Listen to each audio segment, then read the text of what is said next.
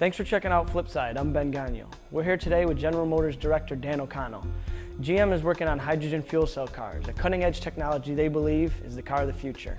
How's it going, Dan? Things are going great here. Give our audience a little background on hydrogen fuel cell cars. Well, what a fuel cell vehicle is, it's a vehicle that runs on hydrogen as the fuel, and what it has a fuel cell stack that converts the hydrogen and the oxygen into electricity, and that electricity is used to power the wheels. What's the current time frame on this vehicle, and when will people be able to get a hold of one to drive themselves? Well, currently we're working on the technology itself, trying to develop the technology to the point where we can start the production process. Our current goal is to have that process completed by 2010 so that from there we can start our production process, which usually takes 3 or 4 years.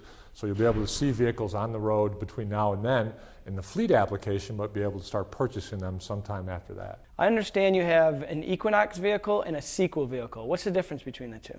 Yeah, we have 2 application paths that we're taking today. One is the future vision for fuel cell technology, which we call the Sequel, which incorporates all of the technology that General Motors has at its disposal. And that is a purpose-built vehicle around the fuel cell technology.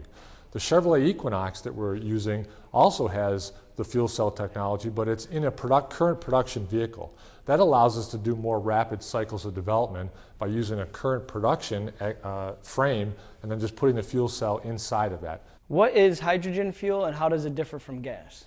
Well, there's really not a lot of difference between hydrogen and gasoline when you think about it. They're both energy carriers. The hydrogen is actually used as a fuel in the vehicle and is just the energy that we use to power the vehicle. How will commercial amounts of hydrogen be created?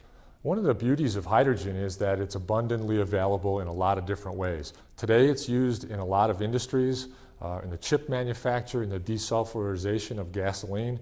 There's a lot of hydrogen available, or it's produced from electrolysis, which is the reverse of a fuel cell stack, where you put some electricity, put some water into an electrolyzer, and the byproducts are hydrogen fuel that you could capture and use for running vehicles. Can you let us in on a few milestones that GM is striving to hit in the future? Yeah, in September we're going to release our 100 vehicle fleet in the US here to start taking a look at real world application of the vehicles.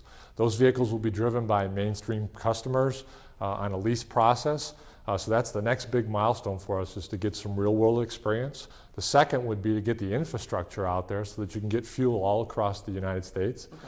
And the last one is to get the durability up. There's something called drive-by-wire. What is that? Yeah, drive-by-wire is very interesting for a fuel cell vehicle because you have a lot of electrical power on board the vehicle. You can start to replace some of those mechanical linkages that you have with electrical linkages. So similar to what's used in the aircraft industry, you would have the steering wheel with some sensors on it, and you'd be able to electrically take those signals and turn them into how the wheels turn. So in essence, you won't even have to be sitting behind a steering wheel to drive the car. Yeah, one of the concepts we have is that because you can do it all electrically, you could move the left hand, the right hand drive very easily in the vehicle. I think that would allow a lot more flexibility on the interior of the vehicle. How do you respond to the public's perception that hydrogen is an unsafe gas or explosive? Yeah, there are a lot of myths out there around hydrogen, but hydrogen is just like any other fuel. If you know how to use it and you handle it correctly, it can be very safe. In fact, in an accident, hydrogen tends to dissipate very quickly into the air because it's a very small molecule, and it's very hard to contain hydrogen in a combustible mixture. So in an accident, it dissipates very quickly, and there's not a real lot of difficulty. We've taken our vehicles and done all the crashworthiness tests.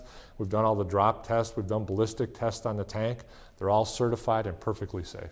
Tell us how manufacturing a hydrogen fuel cell car will differ from a normal combustion engine car. One of the things that you need to think about in a fuel cell stack is what it is it's a bunch of plates lined up with a membrane in there that separates the gas and the oxygen from the air and produces the electricity.